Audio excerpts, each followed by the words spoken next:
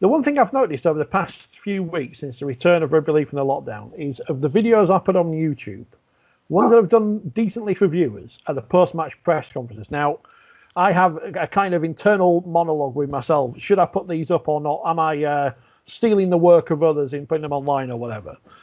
But they get really good views. And I don't know why the Rugby Football League and Super League aren't doing this themselves as the NRL do, in putting this content up online, which they've already got. And let's be honest here, since the lockdown, since the return of these matches, the matches are all centralised. They're all being run by Super League and the Rugby Football League. I don't know why they're not running the press conferences themselves rather than relying on the clubs and getting as much access as possible to people out there. I'm only on a certain number of club mailing lists because I'm lazy. Why aren't we just doing things where we can get as much material out to people as possible? Yeah. I couldn't agree more, Rich. I think it's probably a combination of a lack of resource and a lack of innovation and ideas. You only have to look on the weekend. The Knights, the Newcastle Knights, Tim Gladsby obviously announced that he was going to retire and talked about concussion. And I've read the quotes, I've not seen the footage, but apparently it was a really sort of emotional but engaging piece of film. And obviously, if that hadn't been filmed and been available on the NRL website for anyone and their dog to see, you wouldn't hear about it as much. And that's what we should be doing definitely in Super League. I think that's a given. We're in a stage now where there's less and less journalists, whether they be mainstream or more niche publications, actually at games.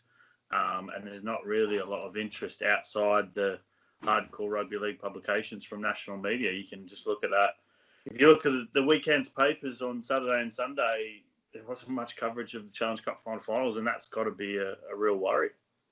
I think Canberra today have put out an 8-minute piece, and clearly, you've got to be pretty committed to watch all of it. But it's basically they wanted to film their team announcement, whereby I think it's 4 players are being given their debut this week, and they filmed the whole thing, including Ricky Stewart saying what an important and significant moment it is in their lives, and it'll never be repeated, it'll never be forgotten.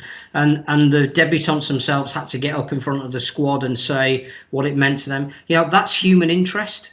That doesn't have to be a rugby league team. That doesn't have to be, a sport that we would actively look out for. If you're going to make something viral, give it interest beyond what it's actually got. So Tim Glasby making an emotional plea to the end of his career, and let's look at the effects of concussion and the impact that it's had on his life. The videos that we see from the NRL where players are ringing their parents to tell them that they're getting their start and they're all breaking into we want to see that does create interest beyond the boundaries of the sport. And I think we've spoken about this a couple of times about how do you make players personalities. It's not just necessarily showing the action, it's the stories, the human interest angle behind the stories, and perhaps we need to get smarter and cuter at doing that. But I do understand that at the moment, a hell of a lot of staff are on furlough, and it's just difficult to get the bog standard stuff out there. But some clubs do brilliantly with just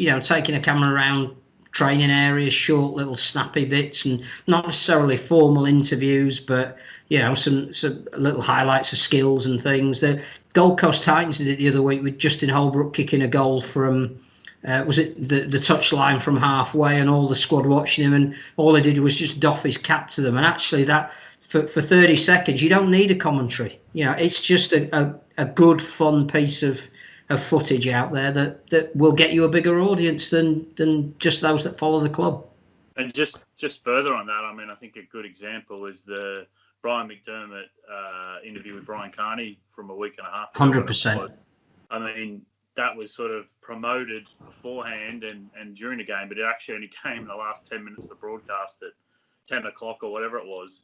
So the audience who actually would have been watching that live would have been quite small, but they went and put that footage online on social media. And I know when I saw it come out, I think it was at 70, 80,000 views the next day. I don't know how many it's on now, but that was riveting television, and that was a story that needed to be explored. And you've got to try and share that around and make it more viral.